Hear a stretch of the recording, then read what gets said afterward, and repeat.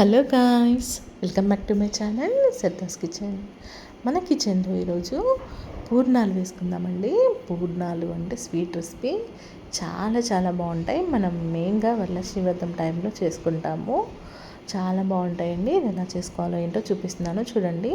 నేను శనగపప్పు 3 గంటలు నానబెట్టేసుకొని కుక్కర్లో 3 విజిల్స్కి పెట్టేసుకున్నానండి.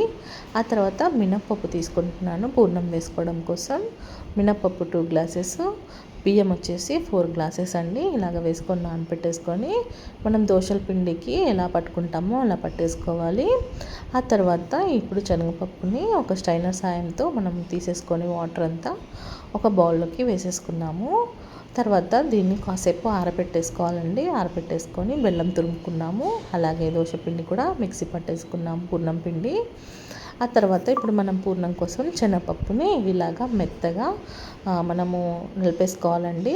ఇలా మెత్తగా మనము మెదుపుకుంటే ఎక్కడైనా పప్పులు ఉంటే మెత్తగా అయిపోతాయి అన్నమాట. ఇలా క్రష్ చేసుకోండి.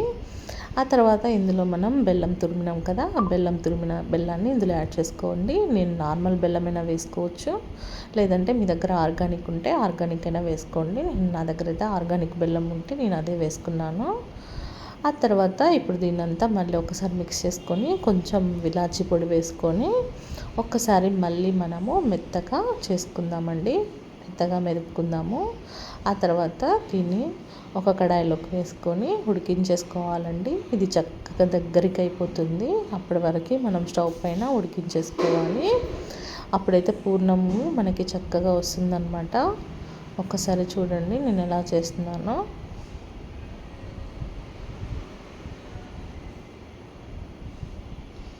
ఇదిగోండి, ఇలాచి పొడి వేసుకుంటున్నాను. ఇలాచి పొడి వేసేసుకొని మళ్ళీ ఒకసారి మనం మెత్తగా మెదుపుకుందాము. ఇలాగా చక్కగా క్రష్ చేసుకోండి.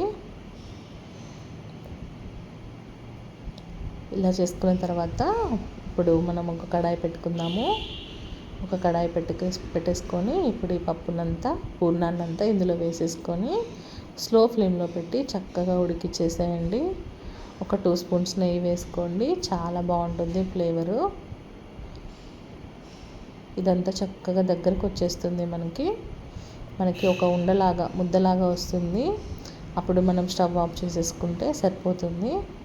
ఇదిగోండి, ఒక 2 స్పూన్స్ నెయ్యి వేసుకున్నాను. ఇప్పుడు దీన్నంతా మళ్ళీ ఒకసారి కలిపేసుకొని ఇది కొంచెం చల్లబడాలండి. మనకి పూర్ణం అనేది చల్లబడిన తర్వాత చేతిలోకి తీసుకోండి. ఇలాగ నెయ్యి వేసుకొని మొత్తం దీన్నంతా ఒకసారి కలిపేసుకుందాము. చూసారా, ఇలాగా మనకి సపరేట్ అవుతుందన్నమాట. ఇప్పుడు మనం ఇది చల్లారేంత వరకు ఇది స్టవ్ ఆఫ్ చేసేసి పక్క పెట్టేసుకున్నాము. చూసారా, మనకి ఇలా చేస్తే చేతికి వచ్చేస్తుంది. ఇప్పుడు నేను డీప్ ఫ్రై కోసం ఆయిల్ పెట్టుకున్నాను. ఆ తర్వాత ఇప్పుడు మనం పూర్ణం వేసుకుందామండి. ఎలా వేసుకోవాలో ఒకసారి చూపిస్తున్నాను చూడండి. పూర్ణం ఉండని ఇందులో వేసుకున్నాము. తర్వాత ఇలా ఇప్పుడు మనం దోశల పిండిలో వేసుకొని ఇలా తీసి కలిపేసుకోవాలి. చెప్పడం మర్చిపోయానండి, సారీ. దోశల పిండిలో కొంచెం ఒక హాఫ్ స్పూను సాల్ట్ వేసుకోండి. ఇంకా ఏమీ వేసుకోవద్దండి. ఒక హాఫ్ స్పూను సాల్ట్ వేసుకోండి, అంతే అండి. తర్వాత ఇలాగా మనము ఇలా పూర్ణాన్నంతా అటు ఇటు తిప్పుతూ కాల్చుకోండి. ఇవి వేయగానే స్వీట్ కదా, కొంచెం అడుగు అంటుకుంటాయి. కొంచెం స్లో ఫ్లేమ్లో పెట్టి కొంచెం అటు ఇటుగా తిప్పుతూ ఇలా గోల్డెన్ బ్రౌన్ కలర్ వచ్చేంత వరకు ఫ్రై చేసుకోండి. ఆ తర్వాత మనం ఒక ప్లేట్లోకి తీసుకుందాము. చూసారా, రెడీ అయిపోయాయి మన పూర్ణాలు. చాలా చాలా బాగుంటాయండి ఇవైతే. ఇందులో మంచిగా నెయ్యి వేసుకొని తింటే సూపర్గా ఉంటాయండి, చాలా బాగుంటాయి. ఒకసారి తప్పకుండా మీరు కూడా ట్రై చేయండి.